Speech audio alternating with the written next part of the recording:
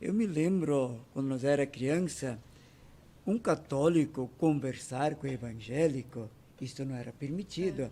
Sabe, existia aqueles cismas Resistência, né? interreligiosos. Exatamente. E eu me lembro que assim, a minha mãe ainda veio daquela época, nasceu lá na década de 20, onde era bem forte essa questão assim, católico aqui, evangélico aqui, porque evangélico é protestante. Falastes antes em Lutero, ele era um bispo católico, ele começou a questionar como a Igreja Católica trabalhava. Alguns pontos ele divergia, e por causa disso, então, apareceu a religião protestante, depois ela foi para a evangélica, então hoje tem vários segmentos evangélicos. E então se criou isto em muito. E isso se criou, se caminhou por muitos anos. Hoje ainda, se nós vemos, tem alguns países onde a intolerância religiosa é muito forte ainda. Exatamente. É muito forte. Aí nós temos depois, a nossa igreja, ela começou, a católica, começou a mudar muito a partir do Concílio Vaticano II, o Papa João XXIII, quando ele foi eleito, falaram: o que um homenzinho velho dessa idade quer fazer ainda? Temos que renovar a nossa igreja, botar ares novos dentro. Então, o concílio de 62 até 65 mudou toda a forma da nossa igreja. Então, antes se celebrava para o povo. A partir dali, se começou a fazer celebração com o povo. O povo participar também. Então, claro que esses cismas, essas intolerâncias, ainda presente em muitos lugares.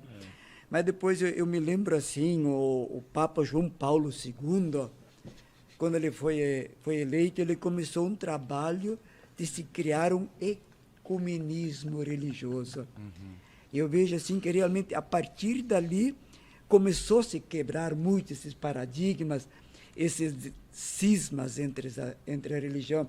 E se começou a fazer um trabalho, hoje eu vejo trabalhos bonitos, ecumênicos, igrejas caminhando junto. Veja aqui na Nova Boa Vista, em muitos momentos importantes, formatura de escola, por ocasião de um município, se faz celebrações ecumênicas, com o pastor, com os católicos, se convida todos a participar.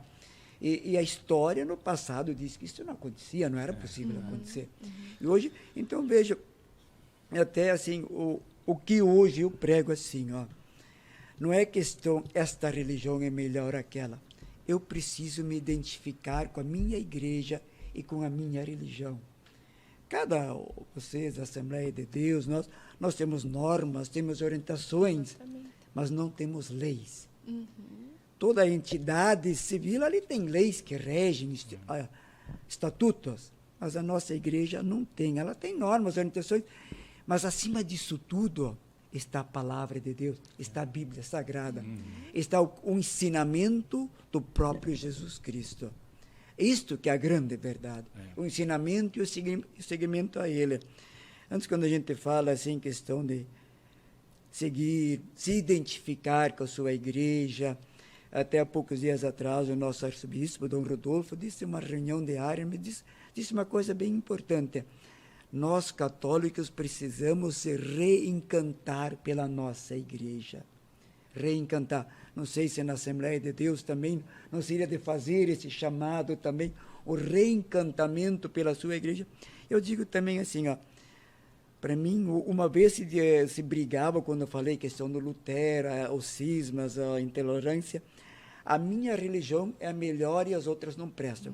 Hoje eu digo assim, ó, não importa qual religião que eu participo, que eu estou, mas eu preciso participar da minha igreja, fazer parte da minha, frequentar a minha igreja. Isso que eu acho assim bonito, porque assim, a salvação única veio por Jesus Cristo. Ele nos deu o grande exemplo da salvação no alto da cruz, onde nos chamou a todos a salvação. Então todos vamos buscar Ele aqui, ó. Não importa qual igreja que eu vou. Todas as igrejas levam a mensagem de Jesus Cristo e levam as pessoas a se encontrar com o Cristo. Eu não posso me considerar um estudioso espiritual, mas eu gosto e acompanho algumas questões da espiritualidade. Eu escutei um pessoal da Adventista do Sétimo Dia. em um questionamento, e a resposta deles referente à Bíblia, eles consideram, e acredito que sim, a Bíblia como um manual de cuidado pessoal, né? E achei isso muito interessante, que é uma questão colocada. E o Agostinho levantou uma questão da história, que não se imaginava um católico conversando com um evangélico, e aqui eu fico um pouco orgulhoso do Norte RS estar juntando, então, visões diferentes, talvez de um mesmo propósito, de um mesmo entendimento para o crescimento e evolução espiritual. Tu sabe... O Walter está me lembrando aqui pela terceira vez que o pessoal do Instagram pode acompanhar no link no nosso YouTube, procurar por Norte RS. A gente quer o seu link lá, até do pessoal que está no Facebook, que é a curtida no Instagram, mas o Instagram ele aparece na forma vertical e está tudo sendo filmado num grande plano geral de forma horizontal. No Instagram, no Facebook e no YouTube. No YouTube, inclusive, a qualidade de conexão é um pouquinho melhor. Gostaríamos que vocês, então, atentassem a isso e também seguissem e se inscrevessem no nosso canal do YouTube. Então, vou aproveitar e vou lembrar dos nossos patrocinadores que o podcast ele é algo mais... Eu peço a licença de vocês, preciso lembrar da Vimesc, que está nos apoiando, a Boa Vista Home Designer, que é a casa que nós estamos aqui podendo transmitir para vocês esse podcast, e Walter Nedel Filmes, Carlote Produções e Norte RS. Que legal.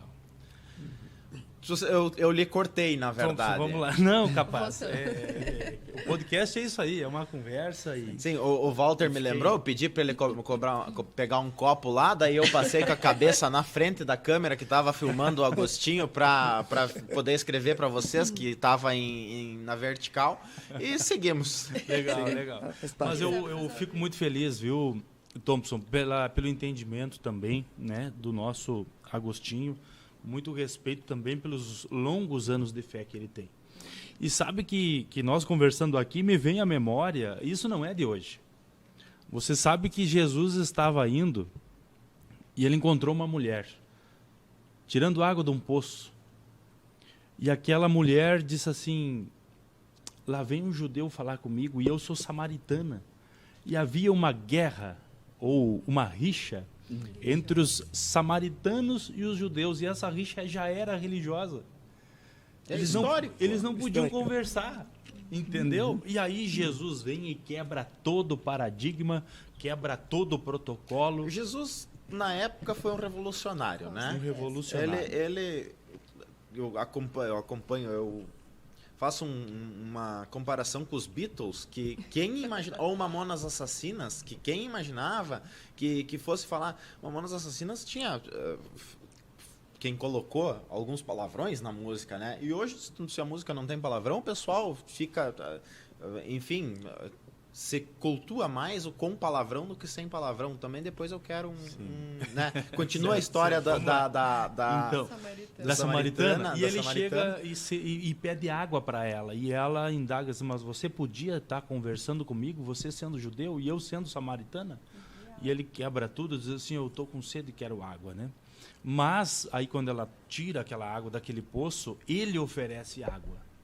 E aí diz para ela assim: olha, se você soubesse, né, em outras palavras, com quem você está falando, ou se você beber desta água, desta fonte, você nunca mais terá sede.